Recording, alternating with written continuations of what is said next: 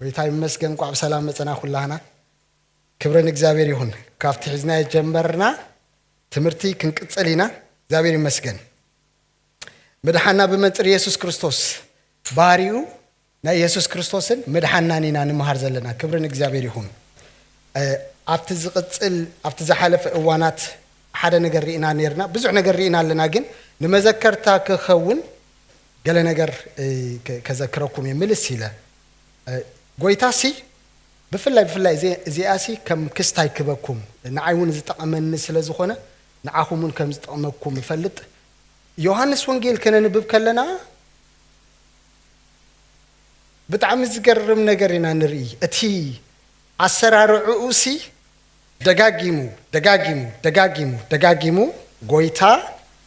ጅማሬ ኣብ ምድሪ ከም ዘይኮነ ኩሉ ናቱ ህልውና ካብ ሰማይ ከም ዝኾነ ደጋጊሙ እንታይ ገብረልና ይገልጸልና ስለዚ ዮሐንስ ወንጌል ከነንብብ ከለና ደጋጊሙ እንታይ ዘርኤና ኢየሱስ ክርስቶስ ንሱ ጅማሬኡ ኣብ ዘይኮነን ባህርያቱ ጽቡቕ ገይሩ ይዝነግረና ምስኡ ድማ ኣብ ኢሳይያስ ኣብ ትንቢተ ኢሳይያስ ዘሎ ጽሑፋት ድማ ኣምጪ ድማ ከርኤና የርኤና እዩ ኣብቲ ጽሑፋቱ ማለት እዩ ስለዚ ኩሉ ሻዕ ክነንብቦ ከለና ኣብቲ ናይ ዮሐንስ ወንጌል ኣጸቢቕና እንተዳ ርኢናዮ ርሕቕና እንተዳ ርኢና መስተውዒና ፍላይ ጎይታ ክዛረብ ከሎ እንተዳ ኣስተውዒናዮ ነገራቱ ኩሉ ሻዕ ዝነግሮም ካበይ ከም ዝኾነ ብኸመይ ከም ዝመፀ ካብ ቡእ ተላኢኹ ከም ዝመፀ ተግባራቱን ቃሉን ባህሪኡን ድማ ሓደ ከም ዝኾነ ኣጸቢቑ እንታይ ገብረልና የረዳኣና ክብርን እግዚአብሔር ይሁን ሕጂ ኣብ ምዕራፍ 8 ከድህብ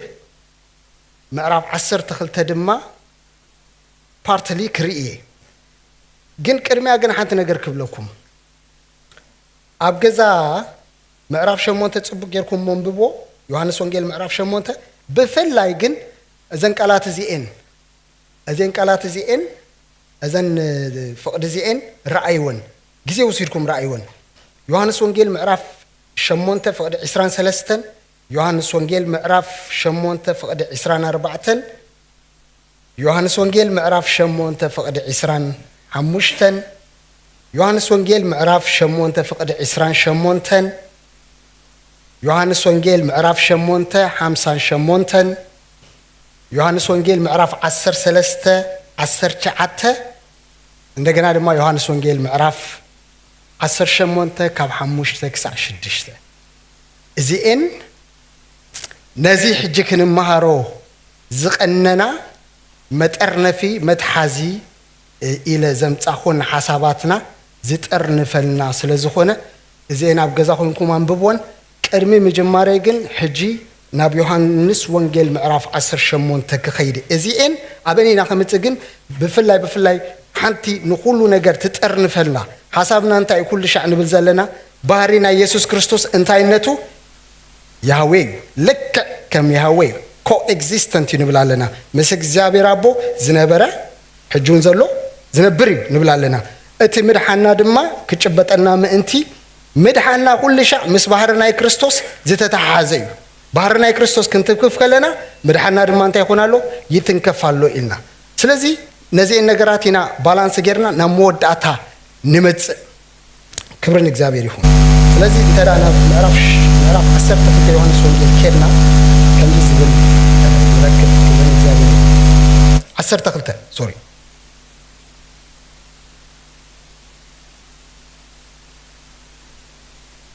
ተዛሪቡ ካብ ፍቅዲ 6 ይጅምር እቲ ትሬድስ እቲ ዮሐንስ ዘርኤና ትሬድስ ካብ ፍቅዲ 6 ይጅምር መጺኡ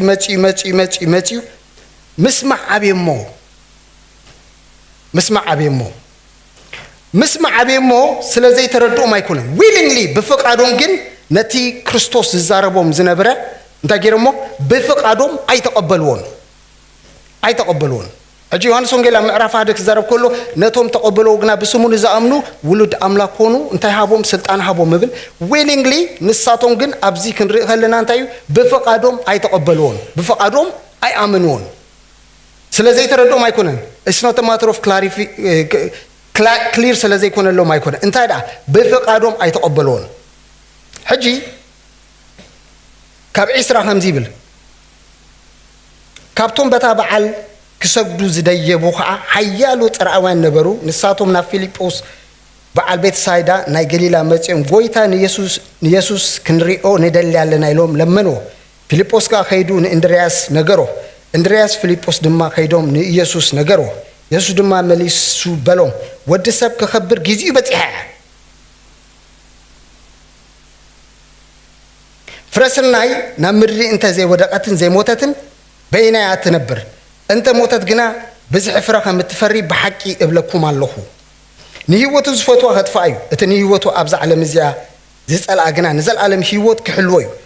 ዘገልግለን እንተሎ ንዓይ ይስዓበኒ እቲ ዘገልግለን ድማ ኣብቲ ኣነ ዘለኹ ኣብኡ ክኸውን እዩ ዘገልግለን እንተሎ ንዑ ኣቦይ ከኽብሮ እዩ ሕጂስ ነፍሰይ ጉሃላ እንታይ እሞ ክብለ ኣቦ ካብዛ ሰዓት እዚኣ ኣድሕነኒ ግና ከምእንቲ እዚ ናብዛ ሰዓት እዚኣ መጻኹ ክሊርሊ ናብ መስቀል ኸይድ ከም ዘሎ ዝነግረና ዘሎ ክርስቶስ እቲ ሓሳብ ኣብ ታሕትላ ኣቦ ንስምካ ኣኽብሮ ሽዑ ካብ ሰማይ ኣነ ኣኽቢረዮ ኣለኹ ከም ብሓድሹን ከኽብሮ እየ ዝብል ድምፂ መፀ ሽዑቶም ደው ኢሎም ዘሎ ህዝቢ እዚ ሰሚዖምሲ ነግዱ ይበሉ ገሊኦም መልኣኽ ባርኣ ተዛረቦ በሉ ኢየሱስ መሊሱ በሎም እዚ ድምፂ እዚ ምእንታኹም እዩ ዝመፀ እምበር ምእንታይ ኣይኮነን ፍርዲ ዝዓለም እዚኣ ሕጂ በፂሑ ገዛእ ዝዓለም እዚኣ ሕጂ ንወፃኢ ክድርበ እዩ ሕጂ እታ ፍርዲ ትብል ራእይዋ ናብ ኢሳያስ ክንከይድ ስለ ዝኾንና ኣብ ፍርዲ ኣብ ኩነት ፍርዲ እዩ ዘሎ ኣብ ኩነታት ፍርዲ እዩ ዘሎ ሕጂ ኣኖም ካብ ምድሪ ልዕል ምስ በልኩ ንኹሉ ናባይ ክስሕቦ እየ ንኹሉ ናባይ ክስሕቦ እየ you will know me ኣብ ሓደ ቦታ ምዕራፍ 8 እንታይ ኢሎም ኣነ ካብ ምድሪ ልዕል ምስ በልኩ ንኹሉ ናባይ ምስ ሰሓብኩ ሽዑ ኣነ ምዃነይ ኤጎ ኣይ ሚ take it seriously እዛ ኤጎ ኣይ ሚ ትብል ዮሃንስ ወንጌል ጽቡቕ ገይሩ እዩ ዝጠቕሳ እቲ ዓንቶይ ዝሃብኩም ኩለን ነጥብታት من مخانو كريستوس إنز قلت تا إيجو أيمي تبل مس سبتيجنت نايت غريك نايتي أول تستمنت ناي بولي كيدان ترقامي زيت تصحف مصحف كوينو لك يوفيميزم نقويتا زقلت أقولو قال مجلتي ما ننتوي صار مالك مستي يهوه تبل معر الشمية سلزي كل شيء أنا بينا بوينت نقبر زلنا كريستوس يسوع بحق النسو لك يهوه أنت زي كون مجمرة نجزابير أملاك بملأت زقلت ونبلو زلنا يسوع كريستوس عقب ما هالو ودو سبن تزخوني لنا نرنا قدامي نزجي أرجيسنا تزاررنا لوينا كل فترة انتخونا ملعون انتخونا نجزابير أملاك بملأت كجلتو زخيل يلا بملأت كجلتو زخيل بينسو فيت نفيت أما عرف حدا خلنا نبي كلنا أبتناي غريك تركون كري خلنا كل شيء فيت نفيت person you ولا أنتي كابو distinctive جنكا كل شيء فيت نفيت مسبو كريك زنبر عفلو شب زنبرة كل شيء كابزل العالم علوف زنبرة أنت هاويو زنقرنا مالتيو دحر كابو وردينا دما أنت يبل أب معرف حموش دما أزنز لكم زلوا كل أنت داريكم من أبو يجبر أنا دما يجبر أبو يزرع كجبرو زراعي يجبر زلوا كل كله زل العالم مسبوز زنبرلو كنا تعطي زرد أنا زلوا مالتيو أبزجن حدا نقدر تزاريبه يسوع مليسو بلو إذا دمت أنت أخو مزمته إمبر ما أنت يكونه فرادز علم زي حج بتحك زي علم زي حجون وتعك دربي أنا ونكمل اللي علم سبلكو نخلونا بايك صحوي بخميز مسألة أماوتا كم زموت كملكة اللوم إزبالة سلازي توم إزبال نحناس كريستوس نزل عالم كم زنا بردعة كاب حجي سمعنا نسخنا كميل كاها ود سب لعل كبل يبوا يتبل زلوها أتود سب أنت هواي إيو إلهم ملسول كل شيء أنت إلو يحتوي أنت هواي ود سب أما عرفش مو أنت حتيتهم من يخصخها أبوها خمنيو كل شيء زحتوه قلنا تحطهم من تايو فتيم زحتوه ويدمار نفتت دليل ما يكونوا زحتوه نيرهم انتهى عن كريستوس لا تقبلوا ويدمين ويدما بملكة من عاقم زحتوه نيرهم نفتت دليل ما يكونوا زحتوه نيرهم كم زر ما بلا 30 شمونتن كم زبل الله إذا كان دزيز أكل تأمرات وقاب كرميهم إنها قبرك نسو لا واحد this is the key حواتي ريهم لهم إذا كان this is أكل تأمرات وقاب كرميهم إنها قبرك نسو إتي نبي إسياس قويتا نمسكرنا من آمنوا قلت سمك زابير نمن تقارلوا زبالو قال ما انت فتسم بقو أي آمنوا نمسكرنا من آمنوا قلت سمك زابير نمن تقارلوا زبحال ما انت فتسم أي آمنون دما إلو ኢሳይያስ ሕጂ this is the key ኢሳይያስ ከም በሓድሽ በዒንቶም ከይርዩ ብልቦሙን ከይስተውዕሉ ከይምለሱን ኣነ ኸዓ ከይምሕሮምሲ ዒንቶም ዓረ ልቦሙን ኣትረረ ኢሉ እዩሞ ስለዚ ምእማን ሰኣኑ እዚ ቃል እዚ ኣብ ምዕራፍ 6 ኢሳይያስ ኢና ንረኽቦ ሓንቲ ነገር ከርእየኩም ስለ ዘለኹ እዩ ሽዑ ኢሳይያስ እንታይ ኢሉ ኢሳይያስ ክብረት ርዩ ብዛዕባኡ ምስ ተዛረበ እዚ በለ ናይ መን ክብረት ርዩ ኢሳይያስ ክብረት ርዩ እዚ ምስ በለ ከምዚ ተዛረበ ኢልና ኢሳይያስ ንመን ይርዩ ብዛዕባ ዓይነይቲ ይመስለኩም እዚኣ ክብረት መዓስ ኢሳይያስ ክብረት ርዩ ጀስት ኮሚኒኬት ክንገብር ምንቲ ኣብ ምዕራፍ ክንደይ ኢሳይያስ ክብረት ናይ እግዚአብሔር ርዩ ምዕራፍ 6 ኣብኣ ግን ናይ መን ክብረት ይርዩ ኢሳይያስ ክሕተት ከሎ ኢሳይያስ ንመን ርኢኻ ተይልኩሞ ንመን እዩ ዝብል ንያህዌ እዩ ዝብል ንእግዚአብሔር እዩ ዝብል ዮሃንስ ኢሳይያስ ንመን ርኢ ተይሎኸ ንመን እዩ ዝብል ንኢየሱስ እዩ ዝብል ርኢኹም ኣለኹም in forward sense ኣብዚ ቦታ እዚ ኮይኑ ዮሃንስ ክሕተት ከሎ ኢሳይያስ ንመን ይርዩ ኢሳይያስ ነዚ ሕተት ንመን ዝብል ያህዌ ርኤ ዝብል ዮሃንስ መፂ ግን ኣብዚ ክንመፂና ናቡ እዛ ቃል እዚኣ ልክ እንታይ ተፃሒፋ ዘላ ክንድዚ ዝኣክል ተኣምራት ኣብ ቅድሚኦም እናገበረ ክንሱ ንምንታይ እዚ ዝብል ዘለኹ ኢየሱስ ማለት ያህዌ ማለት እዩ እቲ መርገፅ ኢና ኣብና ንመፅእ ዘለና ስለዚ እቲ being of God እቲ ማንነት ባህሪ ኣምላኽ ሒዙ ዝመፀ ኣምላኽ ይኩን ንብል ዘለና ኣምላኽ ተደይ ኮይኑ ነቲ ምድሓና እንታይ ክገብር ኣይክእልን እዩ ክፍፅሙ ኣይክእልን እዩ ስለዚ ቃል ብቃሉ እንታይ ዝብለና ዘሎ ኢሳይያስ ኣብ ግዚኡ ክዛረብ ከሎሲ ንመን ርኢኻ እንተ ትብልዎ ንያህዌ ርኤ ይብል ዮሃንስ ድማ መፂ ንመን ርኢኻ ተይልካዮ ድማ ንመን ይብል ክርስቶስ ይርዩ ክብርን እግዚአብሔር ይኹን ስለዚ ኢሳይያስ ክብረቱ ርዩ ብዛዕባኡ ምስ ተዛረበ እዚ በለ ናብ ኢሳይያስ ንኸይድ እስኪ ምዕራፍ 6 እዛ ኪያ በብዙሕ መንገዲ ክንመሃር ቀኒና ምሽ ኢየሱስ ክርስቶስ ንሱ ማዕረ ኣምላኽ ምዃኑ በብዙሕ መንገዲ ክንርኢ ቀኒና ምድሓና ንሱ ማዕረ ኣምላኽ እንተ ዘይኮይኑሲ ምድሓና እንታይ ኢልና ብዙሓት ስለ ዘሎ ኣሕዋተይ ንክርስቶስ ኢየሱስ እንታይ ይብሎ ሞራሊ ወይ ድማ ብፊሎሶፊ ወይ ድማ ብትምህርቲ ወይ ድማ ብፍልጠት ተደይ ኮይኑ ናብዚ ልዕልናዚ ብምእማን ዝኣምን ዝተሰናኸለ ፍልጠት እዩ ዘለዎ ንሕና ግን ከምኡ ይኩናን ክብርን እግዚአብሔር ይኹን ብዛዕባ ክርስቶስ ክንሓስብ ከለና እቲ ናይ ብሓቂ መንነት ክርስቶስ ክርዳኣና ከሎ እቲ ናይ ብሓቂ መንነትና ድማ ምድሓና ድማ እንታይ ይኮነልና ይርዳኣና ንፈልጥ ንምንታይ ኢና ከምኡ ዝብል ዘለና ኣብ ሮሜ መፂና ድማ ነዚ ክንፈትሖ ኢና ክብርን እግዚአብሔር ይኹን ስለዚ እስኪ ናብ ኢሳይያስ እስኪ ንኸይድ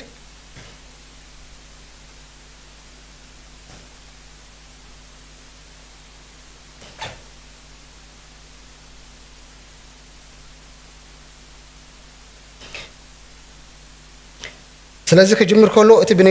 ንጉስ ኡዚያ ዝሞተላ ዓመት ኣነ እግዚአብሔር ኣብ በሪኽ ልዕል ዝበለን ዙፋን ተቐሚጡ ከሎ ርኢኹ እዚ ሕጂ እንታይ ኢሎሞ ናይ ቤት መቅደስ ራእይ እታብታ ቤት መቅደስ ራእያ ርኢኹ ዘፈራት ልብሱ ኸ ነቲ መቅደስ መሊእዎ ነበረ ንመን ዝርኢ ዘሎ ኢሳይያስ ንያህዌ ኣብ ልዕሊ ድማ ሱራፌላት ቆሞም ነበሩ ነፍሲ ወከፎም 6 ክንፊ ኣለዎ በተክልተ ገጹ ይኸድኖ በተክልተ ድማ ንእጋሩ ይኸድኖ በተክልተ እውን ይነፍር ነበረ እቲ ሓደ ኸ ቅዱስ ቅዱስ ቅዱስ እዩ እግዚአብሔር ጎይታ ሰራዊት መን ዝምለኽ ዘሎ ያህዌ ዝምለኽ ዘሎ ጎይታ ይመስገን ኩላ ምድሪ ብክብሩ መሊኣ ኢሉ ኣድሓየ ተዓንቲ ወይ ዘንበብናያ ናብ ፍቕዲ 9 ምስ ወረድና ሽዑ እንታይ ይብል ንሱ ድማ ኪድሞ ነዚ ህዝብ እዚ ምስማዕሲ ስምዑ ግናኸ ኣይተስተውዕሉ ምርኣይሲ ረኣዩ ግናኸ ኣይተለልዩ ኢልካ ተዛረቦ ምእንቲ ብዒንቶም ከይርዩ በእዛኖም ከዓ ከይሰምዑ ብልቦምን ከይስተውዕሉ ከይምለሱሞ ከይሓውስ ንልቢ እዚ ህዝቢ እዚ ድፈኖ ንእዛኖም ኣፅምሞን ንዒንቶምን ዓመተን ኢሉ ተዛረበኒ ክብርን እግዚአብሔር ይኹን this is the same way that ዮሃንስ ዛረበናን ዝነግረና ነበረ ኦሬዲ after ትንቢት ናይ ኢሳይያስ እንታይ ኮይኑሎ ብዛዕባ ያህዌ ብዛዕባ ኢየሱስ ክርስቶስ እንታይ ኮይኑ ትንቢታዊ ቃል ኦሬዲ መፅዩ ስለዚ ኤጎ ኣይሚ ትብል ኣነ ትብል ኣያም ትብል ንሱ ባዕሉ ኢየሱስ ክርስቶስ እዩ ልክ 18 ዮሃንስ ወንጌል ምዕራፍ 18 ካብ 5 ክሳብ 6 ክነንብብ ከለና እንታይ ኮይኑ ኣነ ምስ በለሲ እጓ ኣይም ምስ በለ እዚ ሓንቲ መዓቱን ተዘራሪብና ላ ነርና እቲ ወታደር እንታይ ኮይኑ ወዲቁ ንምንታይ ወደቀ ትዕቢት እግዚአብሔር ስለተገልጸ ነቲ ኣብ ቅድሚ እንታይ ክገብር ኣይከኣለን ጠጠው ክብል ኣይከኣለን ዮሐንስ ድማ ነዚ ነገር ኣምፂ ከረዳእና ንሱ ክርስቶስ ኢየሱስ ንብሎ ዘለና እሱ ኣምላኽ ኢሉ ከረዳእና ብዝተፈላለየ መንገዲ እንታይ ጌርና ማለት እዩ ኣንጸባሪቑ ቅድሜና ኣምፂልና ኣሎ ማለት እዩ ስለዚ ከምዚ ሕጂ ንሕና ንኣምኖ ዘለና ኣብ ካልኦት ነዚ ነገር እንታይ ጌሮም እዮም ዝርእዩ ክርስቶስ ማዕረ ኣምላኽ ኣይኮነን ከምኡ ክትብል ከለኻ ግን እቲ ምድሓንከ ከዓ እንታይ ይኸውን ኣሎ ማለት እዩ ይትንገፍ ኣሎ ኦኬ ሕጂ ናብ ምዕራፍ 8 ንኺድ ቀንዲ ሓሳበይ ኣብኡ ስለ ዘሎ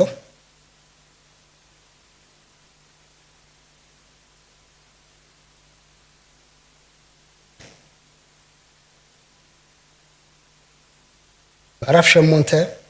ወደ 21 24 ከንብቤ ሽዑ ካብ 42 56 58 ድማ ከንብበኔ ከምዚ ድማ ይብል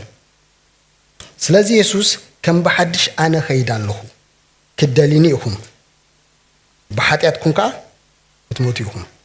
ዳስተኪ ብሓጢኣትኩም ክትሞቱ ኢኹም ምዕራፍ 8 ካብ 21 ክሳብ 24 ከንብበኔ ስለዚ ኢየሱስ ከም ብሓድሽ ኣነ እኸይድ ኣለኹ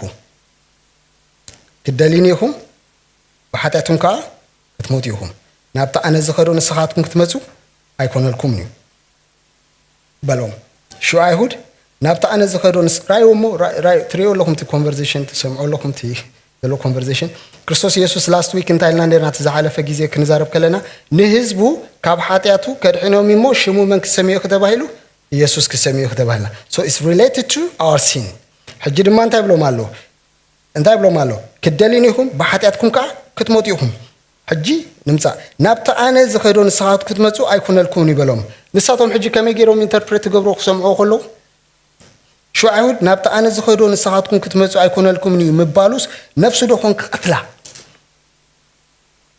ኢሉ በሉ ንሱ ከዓ ንስኻትኩም ካብ ታሕቲ ኢኹም this is the key ንስኻትኩም ካብ ታሕቲ ኢኹም ኣነ ካብ ላዕሊ ንስኻትኩም ካብዛ ዓለም እዚኣ ኢኹም ኣነ ካብዛ ዓለም እዚኣ ኣይኮንኩን ብተደጋጋሚ ክርስቶስ ኢየሱስ ንሱ ምድሪ ከም ዘይኮነ ካብ ላዕሊ ከም ዝመፀ ህይወቱ ኣብ ቅድሚኦም ደጋጊሙ እንታይ ገብረሎም ኣሎ ይገልጸሎም ኣሎ ንዓና እንታይ ገብረልና ኣሎ ይገልጸልና ኣሎ የረጋግጸልና ኣሎ ደጋጊሙ ንሱ ኣምላኽ ከም ዝኾነ ነገር ግን ንምድሓና ሰብ ከም ዝኾነ ከም ዝመፀን ዋጋ ክኸፍል ከም ዝመፀ እንታይ ገብረልና ኣሎ ደጋጊሙ የረጋግጸልና ኣሎ ደኪ እዚ ኮይኑ ግን ኣብ ምድሪ መፂኡ ዝሰርሑ ስራሕ ተደይሃልዩ ግን ትርጉም የብሉ ማለት እዩ ንሕና ድማ as a result of ናይቲ ንሱ ኸሙ ምዃኑ ንጥቀሞ ነገር ተደይብልና ድማ እንታይ እዩ ትርጉም የብሉን ስለዚ እግዚአብሔር ክንቅፅላይና እግዚአብሔር እንታይ ኣለዎ ቤት ፍርዲ ኣለዎ ሕጋጋት ኣለዎ ማንም ሰብ ድማ ኣብ ህልውና እግዚአብሔር ብዘይ ክርስቶስ ተደይ ኮይኑ ክመፅእ ኣይክእልን እዩ ብኩነኔ ኣብ ትሕቲ ኩነኔ ኣሎ ማለት እዩ ስለዚ ክርስቶስ ከስልጦ ዘለዎ ነገር ክሰርሖ ዘለዎ በይኑ ንሱ ክገብራ ዘለዎ ነገር ኣላ ማለት እያ ነዚኣ ድማታ ኣብዚኣ ድማታ ዘላቅልስ እንተዚ ኣመንኩም ኣነ ምዃነ ሕጂ ምስ ማንነቱ እዩ ዝተሓዞ ዘሎ ብሓጢኣትኩም ክትሞቱ ኢኹም ኣነ ምዃነ ተዚ ኣሚንኩም ብሓጢኣትኩም ክትሞቱ ኢኹም ክደሊኒ ኢኹም ኦኬ ወደ 23 ንሱ ከዓ ንስኻትኩም ካብ ታሕቲ ኢኹም ኣነ ካብ ላዕሊ ንስኻትኩም ካብዛ ዓለም እዚኣ ኢኹም ኣነ ካብዛ ዓለም እዚኣ ኣይኮንኩን ኣነ ምዃነይ ናው ኣነ ምዃነይ እንተዚ ኣመንኩም ብሓጢኣትኩም ክትሞቱ ኢኹም ስለዚ ብሓጢኣትኩም ክትሞቱ ኢኹም ዝበልኩኹም ዝበሎም what does it mean ኣነ ምዃነይ እንተዚ ኣመንኩም ሲ ብሓጢኣትኩም ክትሞቱ ኢኹም ስለዚ ብሓጢኣትኩም ክትሞቱ ኢኹም ዝበልኩኹም በሎም ኢየሱስ በሎም ኣነ ካብ ኣምላኽ እየ ዝመጻኹን እሞ ንሱ ደኣ ልኢኹኒ እምበር ባዕለይ ኣይመጻኹን ስለዚ ኣቦኹም ኣምላኽ እንተዝኸውን ሲ ንዓይ መፍቀርኩኹምኒ ነርኩም 42 ናይ ዘንብብ ዘለኹ ኣቦኹም 56 ድማ ኣቦኹም አብርሃም መዓልተይ ክርኢ ተሓጎሰ ረኣያሞ ባህበል ኢሉ መለሰሎም 58 ሽዑ ኢየሱስ ከዓ ኣነ አብርሃም ከይተወልደ ከም ዘለኹ በሓቁ ብለኩም ኣለኹ አይጎ አይሚ አብርሃም ከለኾሎ ከም ዝነበርኩ በተደጋጋሚ ሰልፍ ሬቨሌሽን ለነፍሱ እንታይ ገብረሎም ነሩ ይገልጽሎም ነሩ ግን ክርስቶስ ናብ ምድሪ መጺኡ እንታይ ላስት ታይም እንታይ ኢልና ነርና እቲ ብሕጊ ነቢያትን ተገልጸ ጽድቂ ኣምላኽ ብዘይ ሕጊ ተገልጸና መን ስለዚ መጽ እዩ እጂ this is the key guys is it key እዩ ብሕጊ ነቢያትን ተገልጸ ብዘይ ሕጊ እቲ ብሕጊ ነቢያት ጽድቂ ኣምላኽ ብሕጊ ነቢያትን ተገሊጹ ነበረ ሕጂ ብዘይ ሕጊ ተገልጸ ስለምንታይ ሓድሽ ኢራ ኣቲና ኣለና ንሱ ድማ እንታይ ክርስቶስ ኢየሱስ ንሱ ባዕሉ መጺኡ ነቲ ጽድቂ ኣምላኽ ባዕሉ ፍልፍል ገይሩ ኣብ ቅድሚ ኣምላኽ ነቲ ሕጊ ፈጺሙ ንዓና እንታይ ጌርና ኣሎ ብክርስቶስ ኢየሱስ ጽድቂ ኣምላኽ ክንከውን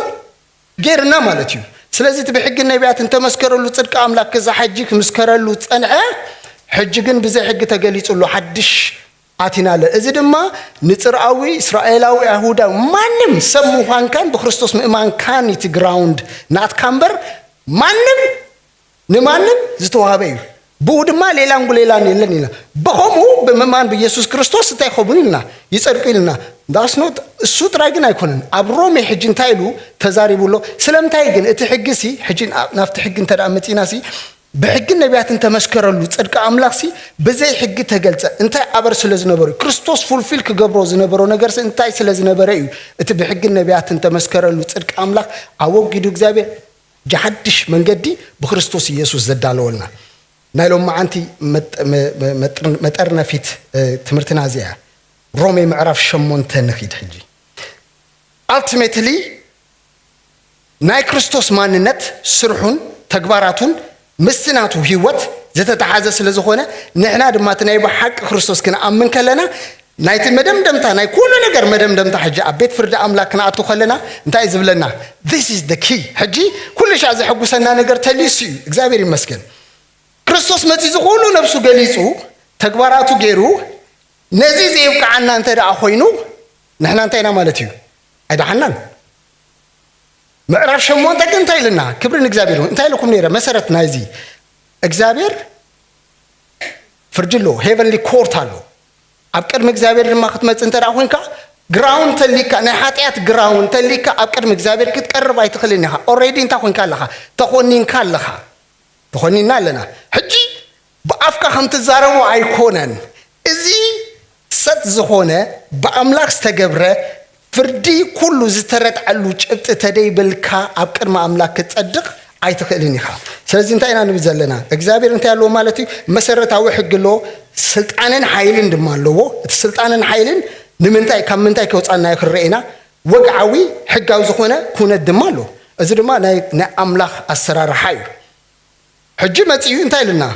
እምበኣር ሲሉ ሕጂ ነቶም ብክርስቶስ ኢየሱስ ዘለዎ ኩነኔ ultimately say only بخريستوس ኢየሱስ ዘለው ጥራይም ኩነኔ ዘይብሎም do you take that lightly ኩነኔ ማለት እኮ ኣብ ቅድሚ እግዚአብሔር ክትቀርብ ኣይትኽእልን ኢኻ ማለት እኮ ቁጣ ኣምላኽ ኣመን ኣሎ ማለት እዩ ኣባኻ ኣሎ ማለት እዩ ስለዚህ ንሕናሲ ብርስና ከምኡ ክንከውን ዘይንኽእል ሕራይ ኣምፁ ሕሰቡ ድሓን ብክንዛረበሉ ኣይድልን እዩ ብካለ መንገዲ ክንጸድቕ ንኽእል ኢና ዝበሃል ነገር እስኪ ይምፃ ሕጂ why he is the only way to heaven why ክርስቶስ ንምንታይ በይኑ እንኮ መድሓኒ ዝኾነ እንታይ ልናሉ እቲ ኣብ ክርስቶስ ኢየሱስ ዘሎ ሕጊ መንፈስ ህይወት power and authority እሱ እዚ ሕጊ መንፈስ ህይወት is power and authority ክርስቶስ ክሳዕ ዝመጽእ ኣይተገልጸን ነይሩ ክርስቶስ ምስ መጸ ነዚ power and authority ካብ ምንታይ ከድሕንና ኮንትራዲክት ይዝገብር ክልቲኡ አንጻር እዩ እቲ ብክርስቶስ ኢየሱስ ዘሎ ሕጊ መንፈስ ህይወት ካብቲ ሕጊ ኃጢአትን ሞትን ኣብ ትሕቲ ሕጊ ኃጢአትን ሞትን ተሊኻ the only way ካብዚ ፍሪ ትኾነሉ በቲ ሕጊ ህይወትን መንፈስን ናይ ክርስቶስ ክትወጽእ ከለኻ that is power and authority ረኹም ኣለኹም power and authority እንታይ ማለት እዩ ንሕጊ ብስጋ ስለዝደኸመ ሕጊ ክገብሮ ዘይከኣለ ነገር ኣሎ only ክርስቶስ መጪ ክገብሮ ዘሎ ሕጊ ክገብሮ ዘይከኣለ ነገር ኣሎ ሕጊ ብስጋ ስለዝደኸም ክገብሮ ዘይኮንስ ኣምላኽ ንወዱ ብምስሊ ኃጢአተኛ ስጋን ከም መስዋዕት ኃጢአትን ሊኢኹ ነቲ ኃጢአት ብስጋ ኮንኖ ሕጊ ንኃጢአት ብስጋ ኮንን ኣይክእልን the only way ነዚ ክገብር ዝኽእል መን እዩ ክርስቶስ ኢየሱስ ንሕጊ ብኃጢአት ክኮንን ዝኽእል ከም መስዋዕት ኃጢአት ኮይኑ ስለዚ መጽ ክብርን እግዚአብሔር ይሁን ኣምላኽ ይመስገን ሕጂ ከሓተኩም ለዚ ስልጣን ይልና ለና ምሽ ካብ ሕጊ ኃጢአትን ሞትን ዘውጣና እቲ ሕጊ ኣብ ክርስቶስ ዘሎ ሕጊ መንፈስ ህይወት ኢና ኣለና ካብ ሕጊ ሓጢኣትን ሞትን ስለዚ ካብ ሕጊ ሓጢኣትን ሞትን ኣብ ትሕቲ ሕጊ ሓጢኣትን ሞትን ከለኻ ሽሕ ግዜ ተለፍለፍካ ድሒነ የተበልካ ኣይዳሓንካን ምስ መን ኢኻ ትናጎስ ዘለኻ ምስቲ እግዚኣብሔር ሰጥ ገይርዎ ዘሎ ሕጊ ስርዓት እዩ ሌጋል ሪያሊቲ ሕጋዊ ኩነት እዚ ኣነ ንስኻትኩምን ክንቅይሮ ዘይንኽእል ሕጋዊ ኩነት እዩ the only way ካብዚ ከተምልእ ትኽእል when you come to Christ ከማን ክብረን እግዚአብሔር ይሁን ስለዚህ በክርስቶስ ኢየሱስ ተፈጸመ ንሕና ክንገብሮ ዘይንኽእል ኩንነት ኣሎ ናፍቲ ኩንነት መጺኻ ሕጂ ሳቶም እንታይ ዲ ንክርስቶስን ነቲ ማንነቱን ነቲ ተግባሩን ስለዘይ ተቀበሎ እንታይ ኢሎም በኃጢአትኩም ክትሞቱኩም that's the reason ንዓይ ዘይምቅባልኩም ንዓይ ዘይምእማንኩም በኃጢአትኩም ዘቀትለኩም ዘሎ ኣነ ስለዘቀተልኩም ኣይኮነን ኣባይ ዘሎ ሕጊ መንፈስ ህይወት ካብቲ ሕጊ ሓጢአትን ሞትን ሓራም እንተ ከውጻኩም ኢኹም ዘይተቀበልዎ ዘለኹም ስለዚ እዚ ሪያሊቲ እዚ ማዕስ ተገሊጹ ክርስቶስ ምስ ሞተን ምስ ዓረገን እዩ እንታይ ኢሎም ኣነ ምስ ከበርኩ ኣነ ምዃነይ ክትፈልጡ ኢኹም ክብረን እግዚአብሔር ይሁን አምላህ መስገን ስለዚ እንታይ ኢሉ ንሕጊ ብስጋ ስለዝደኸመ ክገብሮ ዘይኮነሉ አምላኽ ንወዱ ብምስለ ኃጢአተኛ ስጋን ከም መስዋዕት ኃጢአትን ለይኹነተ ኃጢአት ብስጋ ኮነኖ እጂ እዚያ እግዚአብሔር ጥራይ ገብራ ዝኽእል በክርስቶስ ጥራይ ተኸውን ነገር ያ ንሕና ከምኡ ክንገብር ኣይንኽእልንና ኣባና ብመንፈስ እጂ በክርስቶስ ኢየሱስ ምስጠደቅና እታ ጃስት ትብል you can only get it by the work of Christ በስራሕ ናይ ክርስቶስ ኢና ንረኽባ but there is another thing ድማ ኣሎ በመንፈስ ቅዱስ ድማ መንፈስ ቅዱስ እጂ እንታይ ኣሎ ግራውንድ ኣሎ ኣመን ክነብር ኣባና ክነብር ሳንቲፊኬሽን ከብመን ያትመጽእ እቲ ቀጻሊ ጽድቅ ከብመን ያትኾን by the power of Holy Spirit በኃይሊ መንፈስ ቅዱስ ክርስቶስ አቡ ጥራይ ወደ እንታይ ዳ ኣነ ተኸርኩ ሕሸኩም ኣነ ተዘይከርኩ እቲ መጸናና ኣይመጽን እዩ ክመጽእ ከሎ ግን ክሰርሕ ዝመጽእ ስለምታይ every day ና ምስለ ኣርአዩ ይረና ዝኽእል ስለዚ እታ ኪ እዚኣ ምድሓና ጥራይ ዘይኮነሲ ምሳና መንፈስ ስለዘሎ ቀጻሊ ና ምስለ ኣርአዩ ከቀይረና ዝኽእል ኃይሊ ኣምላኽ ምሳና ኣሎ ሕጂ እንታይ ዝብለና ዘሎ ኣባና በመንፈስ ስምበር በመንፈስ ማለት ምንፋር ገለ ኣይኮነን መንፈስ ቅዱስ ኣባና ስለዘሎ ስለተወለድና በመንፈስ ስምበር በስጋ ዘይን መላእክቲ ድሌት ሕጊ እንታይ ድሌት ሕጊ እንታይ ሕጂ the requirement of the law ያታ በእንግሊሽ ክትዛረብ ከላ ሕጂ እታ ድሌት ሕጊ ዝብላ እንታይ እግዚአብሔር ነዚያ ሲምፕሊፋይ ገይሩ ኮፍ አቢልናል ድሌት ሕጊ ኣብነት ከበኩም እቶም በስጋ ዘለው ይሉ ወሪድና አፍቅድ ሸሞንተ ካብ ሽድሸላ እንታይ ኢሉ እታ ሐሳብ ስጋ ምስ አምላኽ እንታይ ጽልዩ ስለዚህ እንታይ አለና ኤንሚቲ ምስ እግዚአብሔር ጽልለና ሕጂ እታ ኤንሚቲ ታጽልኢ ሕግነት ሕጊ requirement of the law fulfill ክትገብር ኣይትኽእልና ስለምታይ ኦሬዲ ንሕና እንታይ አለና ውሽጥና ኤንሚቲ ካብታ ባህርና ኃጢአት እንታይ ጽልይና ምሽ ካላይከ ገበነኛታት ኢና ምስ አምላኽ እንታይ አለና ጽልልና ምስነን ሕድናከ ጽልልና ምስ አምላኽ ምስተጸላኻ ምስነን ሕድካ ተጻሊኻ ለኻ ራሞቲ ኃይል ናይ ክርስቶስ ምድሓናሲ ክርስቶስ ሞይቱ ተሰቂሉ ጥራይ ኣይኮነን the effect of that ነቲ ሪዛልት እቲ ክሳዕ መወዳእታ ንዓና እትዩ ክሳዕ ኣብቲ እግዚአብሔር ሓሲቡልና ዘሎ ዴስቲኒ ዘብፅሕ ኃይሊ ኢና ንብል ዘለና ኦቶሪቲ ኤንድ ፓወር ንብሎ ዘለና እዚ ኃይሊ መንፈስ ቅዱስ ስለዚ ጽልይ ዝነበረ ሕጂ እንታይ ኮይኑሎ ድሕሪ ሕጂ ኢሉ ናፍቲ ኣቲና ዘለና ጸጋ ምስ ክርስቶስ ካብ ተዓረናስ ምስ እግዚአብሔር እንታይ ሃልወና ሰላም ሃልወና ስለዚ ሰላም ኣለና ማለት እዩ ሕጂታ ጽልይ ትብል ሕጂ እንታይ ኮይናላ ተነቂላ ወጽያላ ምስ እግዚአብሔር ታለና ዕርቅለና ሕጂ እግዚአብሔር ኣብ ውሽጥና እንታይ እንብርሎ ፍቅሪ ኣምላኽ ሕጂ ራዮ ዝድሓነ ሰብ ንእግዚአብሔር ክጸልይ ኣይክእልን በስጋ ዘሎ ኢሉ መን ክገብር ይኽእል ሕጂ ኣሕዋተይ እቲ ምድሓና ኢና ንመሃሮ ዘለና በክርስቶስ ኢየሱስ ዝኾነ ነገር ኢና ንርኢ ዘለና ስለዚ እቶም በስጋ ዘሎ ንኣምላኽ ከስምሮ ኣይኮነሎምን ብባህሪኦም እንታይ ምስ ኣምላኽ ጽልዮም ስለዚ እቲ ሕጊ መንፈስ ህይወት ካብቲ ሕጊ ኃጢአትን ሞትን ሓራ ዘይገብሮም ሰባት ድሒነ የተበለ ዝረባጣ ይኸውን ስለምታይ ማንም ከውፃእ ዘይክእል ክርስቶስ በይኑ ክገብራ ዝኽእል ሓንቲ ባህር ላሳ ድማ እንታይ ኣታ ፍቅሪ ኣምላኽ ኣባና ስለዚህ ናብ ምዕራፍ 10:3 ክንከይድ ከለና the requirement of the law እቲ ሕጊ ዝጠልቦ እቲ ሕጊ ዝደልዮ ኣብ ምዕራፍ 10:3 ተጻሒፉልና ኣሎ ክሊር ተጻሒፉና ለከት ጸገምናሲ ምስ እግዚአብሔር ጽልእ ስለ ዝነበረና ክርስቶስ ክመጽእ ኾይሉ እንታይ ዝገብር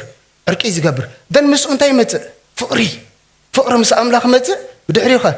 ፍቕርና ንሕድሕና መጽእ that's who can do this ምድሓና እኮ ኢፌክት ኣለዎ ብኹሉ ነገር እንታይ መጽኡ ንኹላህና ብሓደ ጠርኒፉ ከም ሰኣኪምና ንእግዚአብሔር ክነምልክ ከለና ፍቕሪ ኣምላኽ ደሪኹና ኣይኮነን እዩ ስለዚ ኣብ ምዕራፍ 10:3 ሞ ንኺድ that's the power of ሕጂቲ ጽልኢን እቲ ሞትን ዝነበረ ሕጂ ሕጊ መንፈስ ህይወት ካፍቲ ሕጊ ኃጢአትን ሞትን ምሰውፃና ካብ እግዚአብሔር ንረኽቦ ኣሎ እቲ requirement of the law እቲ ሕጊ ዝጠልቦ ነገር ኣባና እንታይ ይገብር ይመልእ ነዚ ግን ኣሕዋቴ acknowledge ተደገርናዮ ኣባና ኣይሰርሕን ተቐቢልና ዲና መዛዝም ትምህርትና ሲዩ ክርስቶስ እዚ ሁሉ ገይሩሲ ንዲቤት ኣይኮንና ንመሃሮ ዘለና እንታይ ዳ ፕራክቲካሊ እዚ ፍቕሪ እዚ ኣባና ኣሎ ኢና ንብል ዘለና ከመይ ይኮነትነ ወሰዓት በልባ አራይ 10:3 ንኺድ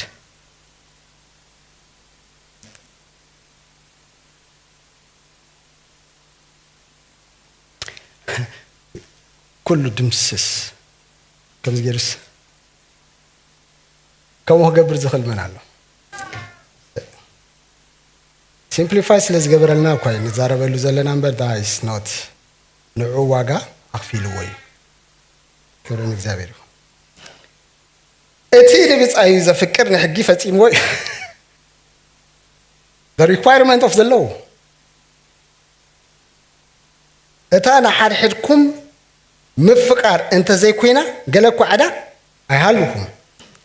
ازي ايتزمو ايتقتل ايتسرع بحسوسات مسكر ايتمنى اتبعله كالي تزازاتون انت هنا بزن بصايكا هم نفسك افكر بزبل قال كوتوتيو فقري نبصايكا كي ايتغبرني امبر امبارسي فقري مدمتمتا حقيقه the fulfillment of the law is love እቲ ሕጊ ዝጠልቦ ክንገብሮ ዘይከኣልና መሰረቱ እንታይ አይነሩ እቲ blind spiritually blind ዝኾና መንፈሳ ዕረት አጋጢሙና ዝነበረኮ ክርስቶስ ክሳዕ ዝግለጽ ኮይ ክርስቶስ ምስ መጸግን ነዚ ሁሉ ዋይብ ገይሩ ሓደ ነገር ኣብ ውሽጥና ምቢሩ እሱ ድማ እንታይ ንኹሉ በደልናን ኃጢአትና ንይቅረይ ኢሉ ኣብ መስቀል ክዲብ ኮሎ ቀጻሊ ክንፈልጦ ዘለና ክርስቶስ ንኃጢአትና ጥራይ ዘይኮነ ወሲድዎ እሱ አቦ ዝመስከረሉ በሕግን بكلهم توم أفتعدد نبرو فريساوان صديقاوان زمسكرلو صدقي صدقهم سيلوم كفريساوان انت زي زايدو انت زي بزحو سيلوم كما يقبز حالكا بيناي صدقيو حجتناتو صدقي مس فريساوان زدارغ يكون انت اتا ابو زمسكرلو امدر تمسكرت سب كوينو زنبر الله هيوتيا تملاليسو كل حقي فتصيمو امسكل مسديبه نحاتياتنا تراي زي كونه وسيدو نتي تمسكرلو صدق املاح امبيوت ابانا تغيرو هيمونا سلازي تماقلت تصدقو خوينا مالتيو سلازي جراوند حتى دحر حجي مسرات يبلون مالتيو حقاوي بوتا يبلون سلامتاي كريستوس يسوس نقولو نغير تغيرو بحق زقاومنا زنبره كله دمسيسو حجي نعانا تغيرنا لو اب تحتي تصقامبر تحت حق خمدين خون غيرنا سادمانتا موداتا فولفيلمنت اوف لاف تا حقيت تقلبا دمانتا فقر እግዚአብሔር ኣብ ልብና ስለዝፈሰሰ ስለዚህ ድሕሪ ሕጂ ጸልይ ምስ እግዚአብሔር ይብልና ሕጂ ታ ህይወት በክርስቶስ ተመስከረት ህይወት እንታይ ማለት እዩ ሪዛልት ኣለዋ so how do you walk ሕጂ ሪዛልት ኣለዎ ዲቤት ጥራይ ይኮነ እንታይ ዳ ሪዛልት ኣለዎ ክርስቶስ ስርዑ ሰሪሕ መስከረ መንፈስ ቅዱስ ሕጂ አባና ክነብር ሌጋሊ እንታይ ማለት እዩ ተፈቂዱሉ በቃ ይኽእል እዩ because ሕጂ ንሕና ክነጽልዮ ዘይንኽእል በክርስቶስ ኢየሱስ ጸረ ህይወት ስለዘለና በደሙ ስለዘለና literally መንፈስ ቅዱስ አባና ክነብር ቦታ ቤት መቅደስ ኮይና ክንመላለስ ናባና መጽኢሎ በይናይ ግብር ግን በተናይ ክርስቶስ ግብሪ ንሕና ድማ እንታይና መንፈስ ቅዱስ ስለዝመጸበት ፓወር ኤንድ ኦቶሪቲ ናይ መንፈስ ቅዱስ ድማ እንታይና ናብ ምስለ አራዩ ቀጻሊ እንዳተለወጥና ንኸይድ ሰባቲና ማለት እዩ ክብርን እግዚአብሔር ይሁን ስለዚህ እቲ መድሓናሲ እቲ ምንሓና በአፍና ጥራይ ንምስክሮ ዘይኮነሲ ፕራክቲካል ኣስፔክት ናቱ ኣለዎ ክንቅጽ ክነብረሉ ዝተዋሃበና ህይወት ኣለዎ ኣብ ምዕራፍ 5 ዳስዋይ ከም ዝብለና ድሕሪ ሕጂ ሲሉ ፍቅሪ ኣምላኽ ኣብ ልብና ብመንፈስ ቅዱስ ስለ ዝፈሰሰ ሲሉ ፍቅሪ ኣምላኽ ኣብ ልብና ብመንፈስ ቅዱስ ስለ ዝፈሰሰ ክብሪ ንእግዚአብሔር ይሁን ኣምላኽ ይባረኽ ኣመደምደምታ በጽሕ ኣለሁ